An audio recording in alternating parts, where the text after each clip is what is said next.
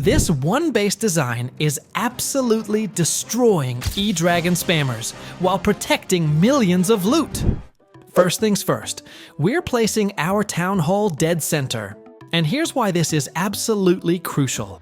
Unlike offset town hall designs that leave one side vulnerable, the central placement forces attackers to commit to a full send strategy.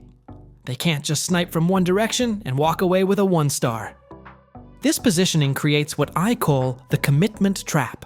Attackers have to go deep into your base to reach the town hall, which means they're walking straight into our defensive core. No cheap victories here. Now watch this clan castle placement. This is where most players mess up completely. We're burying it deep in the inner core, surrounded by multiple compartments. Why? Because the number one mistake attackers make is trying to lure clan castle troops early. With this placement, they literally cannot lure your CC troops without committing their entire army. By the time they reach this clan castle, they're already deep in your kill zone.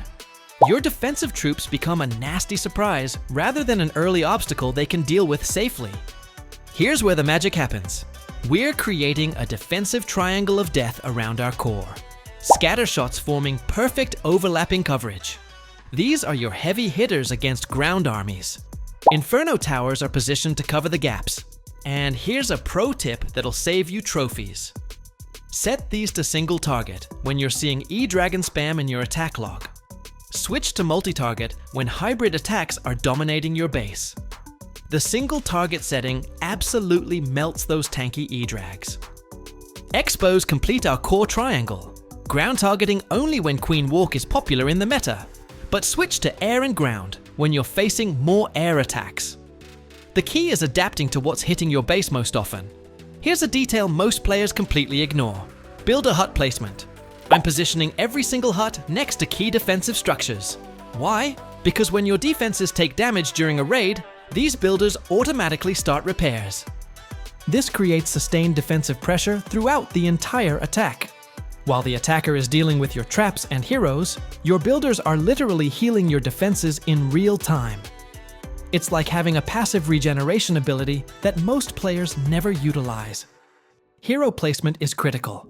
We're positioning them to complement our main defenses, not compete for space.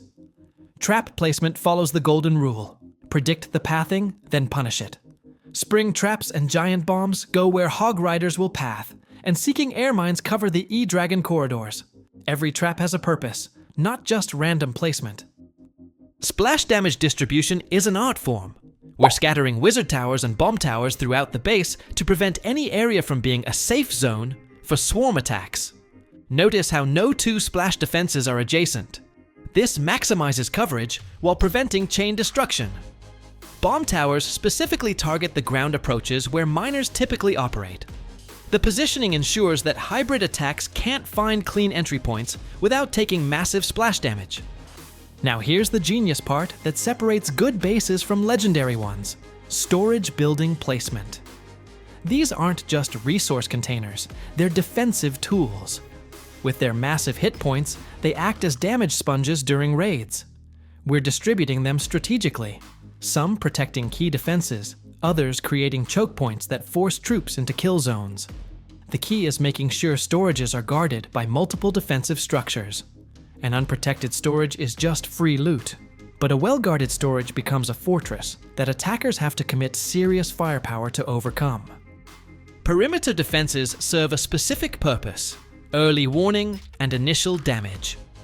Archer towers and cannons go on the outer edges to start weakening armies before they reach our core. This isn't about stopping attacks at the perimeter, it's about softening them up. Every hit point of damage we deal early means less pressure on our core defenses when the real fight begins. The compartment system is what makes this base truly hybrid-proof. Multiple small compartments instead of large open areas. Why? Because it limits the effectiveness of jump spells and forces attackers to bring more wall breakers. Each compartment contains a specific defensive element. Some have splash damage, others have single target, and key compartments have both. Attackers can't just break into one area and have free reign. Every compartment is a new defensive challenge. This design counters every major Town Hall 14 attack strategy. Hybrid attacks struggle with the compartments and splash damage distribution. E-Dragon spam gets melted by single target infernos. Queen Walk gets shut down by X-bow ground targeting. Minor attacks face bomb tower punishment at every turn. The beauty is in the adaptability. You can fine-tune this base by adjusting Inferno and X-bow settings based on what's currently hitting your base most often.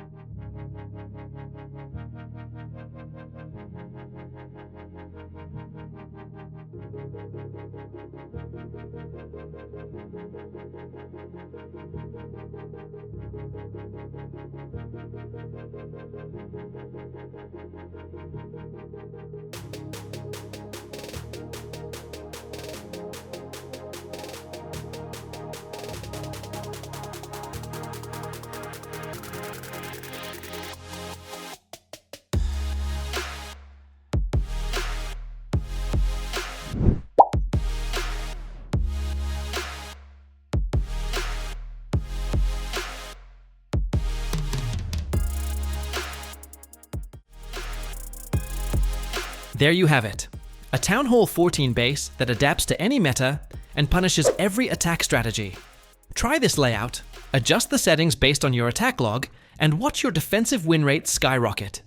If you liked this, smash that like button, drop a comment, and subscribe for more Clash goodness. Until next time, happy clashing!